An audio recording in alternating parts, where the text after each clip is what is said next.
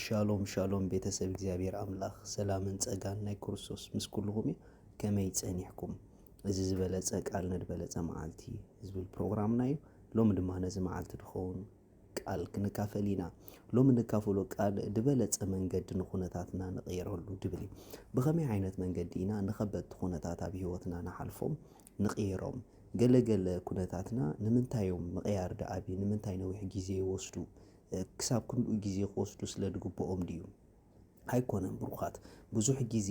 ንኹነታትና ንቐይረሉ መንገዲ እንተ ደኣ ደይፈሊጥናዮ ከይቀይሩ ንኽእል እዩ ኩነታት ኣምላኽ ምሳና ከሎ ከይቀይር ኩነታትና ይኽእል እዩ ሎሚ ካብቲ ሓደ ኣብ መጽሓፍ ቅዱስ ንኹነታትና ብዝበለጸ መንገዲ ንቕይረሉ ወይ ድማ ንኹነታትና ክቕይር ትኽእል ኣድማዕ መንገዲ ኣብ መጽሓፍ ቅዱስ ካብ ዝተቐመጡ ሓደ ክነግረኩም እየ እቲ ሓደ ኣብ መጽሓፍ ቅዱስ ተቐሚጡ ዘሎ ድበለጸ ንኹነታትና ፍጥነታዊ ዝኾነ ለውጢ ከምጽኡ ወይ ድማ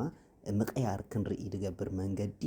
ስለ ኩነታትና ናብ ኣምላኽ ምጽላይ ደይኮነስ ንኹነታትና ድምፂ ኣምላኽ ምንጋር እዩ ሪኹም ብዙሕ ግዜ ስለ ኩነታትና ናብ እግዚኣብሔር ምጽላይ ኢና ንፈልጥ ውሑዳት ግን ንኹነታቶም ሓሳብ ኣምላኽ ምንጋር ድተላመዱ ኣለዉ ሪኹም ብሩኻት ገለገለ ኩነታት ናብ ኣምላኽ ብድጸልናሎም መጠን ምንም ለውጢ ከይንርእየሎም ንኽእል ኢና ንምንታይ እንድሕር ኢልኩምኒ ድሕሪ ናብ ኣምላኽ ምጽላይኩም ሓንቲ ግዜ ቀጺሉ ንኹነታትኩም ኢኹም ኣምላኽ እንታይ ከም ድበለ ክትነግርዎ ኣለኩም ምኽንያቱ እግዚኣብሔር 10 ግዜ ስለ ኩነታት ኣብ ቅድሚኡ ክንቀርብ ከለና ንኣምላኽና ነስምዖ ማለት ኣይኮነን ኣምላኽ ንነገራትና ነስምዐሉ መንገዲ ነጊሩና እዩ እቲ መንገዲ ድማ ናብኡ ሓንሳብ ምስ ጠመትና ንኹነታትና ዝኸውን ድምፂ ይበና እሞ ንሕና ድማ በቲ ድምፂ ጌርና ንኹነታትና ንቐይሮም ስለዚ እቲ ድበለጸ መንገዲ ንነገራትኩም ትቕይሩሉ መንገዲ ስለ ኩነታትኩም ናብ እግዚኣብሔር ምብካይ ደይኮነስ ንኹነታትኩም ናይ እግዚኣብሔር ሓሳብ ምንጋር ምእዋጅ ምስማዕ ምኽንያቱ ኩነታትኩም ንዓኹም ኢዳ ድሰምዐኩም እምበር ንኣምላኽ ኣይሰምዖን እዩ እስኹም ኢኹም ንኣምላኽ ትሰምዕዎ ኩነታትኩም ድማ ንዓኹም ሰምዐኩም መጽሓፍ ቅዱስ ከም ዝብል ሕዝቅኤል ምዕራፍ 37 ጥቕሲ 1 ኢድ እግዚኣብሔር ኣብ ልዕለይ ነበረት እግዚኣብሔር ከዓ ብመንፈስ ኣውፀኒ ኣብ ማእከል እታ ጎልጎል ድማ ኣንበረኒ ንሳውን ዓጻጽምቲ መሊእዋ ነበረ ኣብ ጥቆኦም ብዙርኦም ኣሕለፈኒ እንሆ ከዓ ኣብቲ ዝባን ጎልጎል ኣዝዩ ብዙሕ ነበረ እንሆ እውን ኣዝዩ ንቑፅ ነበረ ንሱ ከዓ ኣታወዲ ሰብ እዚ ዓጻጽምቲ ዝስ ህያው ዶ ክኸውን ይበለኒ ኣነ ድማ ወይ እግዚኣብሔር ኣምላኸይ ንስኻ ትፈልጥ ኢለ መለስኩ ንሱ ከዓ ኣብ ልዕሊ እዚ ዓጻጽምቲ ዝተነበ ኣቱም ንቑፃት ዓጻጽምቲ ቃል እግዚኣብሔር ስምዑ ኢልካ እውን ንገሮም በለኒ እግዚኣብሔር ኣምላኽ እዚ ነገር ነዚ ዓጻጽምቲ እዚ ከምዚ ይብል ኣሎ እንሆ ኣነ ትንፋስ ከእትወልኩም እየ ንስኻትኩም ከዓ ህያውያን ክትኮኑ ኢኹም ጅማውቲ ከምብረልኩም ስጋ ክገብረልኩም ብቆርበት ክኸድነኩም ትንፋስ ከእትወልኩም እየ ህያውያን ከዓ ክትኮኑ ኢኹም ኣነ እግዚኣብሔር ምዃነይ ድማ ክትፈልጡ ኢኹም ከምቲ ተኣዘዝክዎ ከዓ ተነበኹ ክንበኸለኹ ድማ ድሃ ይኮነ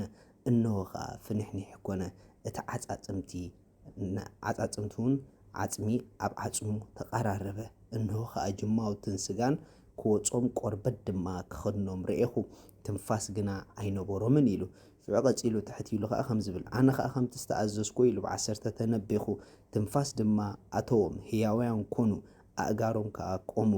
ኣዝዩ ዓብ ጭፍራ ድማ ነበሩ ሪኹም እግዚኣብሔር ኣምላኽ ናብቲ ዝነቐጸ ዓጻጽምቲ ንነቢ ሕዝቅኤል ምስ ወሰዶ እዚ ትርእዮ ዘለኻ ዝነቐጸ ዓጻጽምቲ ትንፋስ ዶ ሰኩዕ ኸውን ተስፋ ዶ ህልዎ ኢላ ሓቲትዎ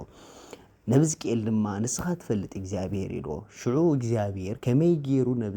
ሕዝቅኤል ነቲ ኣብ ናቱ ዓለም ነቒጹ ዘሎ ደሪቑ ዘሎ ዓጽሚ ጥራሕ ተሪፉ ደሎ ከመይ ገይሩ ትንፋስ ከም ዝሰኩዐሉ እቲ መንገዲ ርእይዎ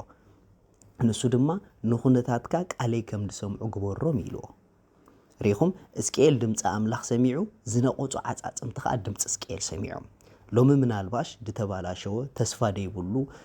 በቃ ተስፋ ደቑረጽ ኩነታት ኣብ ዙርያኹም ክህሉ ይኽእል እዩ እቲ ኣብ ዙርያኹም ዘሎ ኩነታትኩም ናይ ኣምላኽ ድምፂ ከም ድሰምዕ ትገብሮ ንስኹም ኢኹም ከምቲ ሕዝቅኤል ነቲ ድደረቐ ዓጻጽምቲ ድምፂ ኣምላኽ ኣስሚዑ ሓያል ሰራዊት ገይሩ ደው ዘበሎ ንስኹም ድማ ሎሚ ተስፋ ሲኢንኩምሉ ዘለኹም ነገራትኩም ድምፂ ኣምላኽ ብምንባይ ሓሳብ ኣምላኽ ብምንጋር ፍቓድ ኣምላኽ ብምእዋጅ ናብቲ ናይ እግዚኣብሔር ምኽሪ ነገራትኩም ከም ድመጽእ ግበርዎ ንኹነታትኩም ህይወት ትዘርእሉ ንስኹም ዳ እምበር ኣምላኽ ኣይኮነን ኣምላኽ ህይወት ዘለዎ ቃል ንዓኹም ይበኩም ንስኹም ንስኹም ድማ ህይወት ዘለዎ ቃል ንኹነታትኩም ትብኦ ስለዚ ሎሚ 10 ግዜ ስለ ኩነታት ናብ እግዚኣብሔር ብምካይ ንክደፎ ንኹነታትና ግን ሓሳብ ኣምላኽ ነስማዓዮ ድምፂ ኣምላኽ ነስማዓዮ ሽዑ ፍንሕንሕ ክኸውን ሽዑ ድሃይ ክሰምዑ ኢኹም ሽዑ ጽቡቕ ዜና ክሰምዑ ኢኹም ብዙሕ ነገራት ድማ ኣብ ዙርያኹም ክቕየር ከሎ ክትርእይዎ ኢኹም ካብ ስለ ነገራትኩም ናብ ኣምላኽ ምቕራብ ንኹነታትኩም ሓሳብ ኣምላኽ ምቕራብ እቲ ድበለጸ ናይ ለውጢ መንገዲ እዩ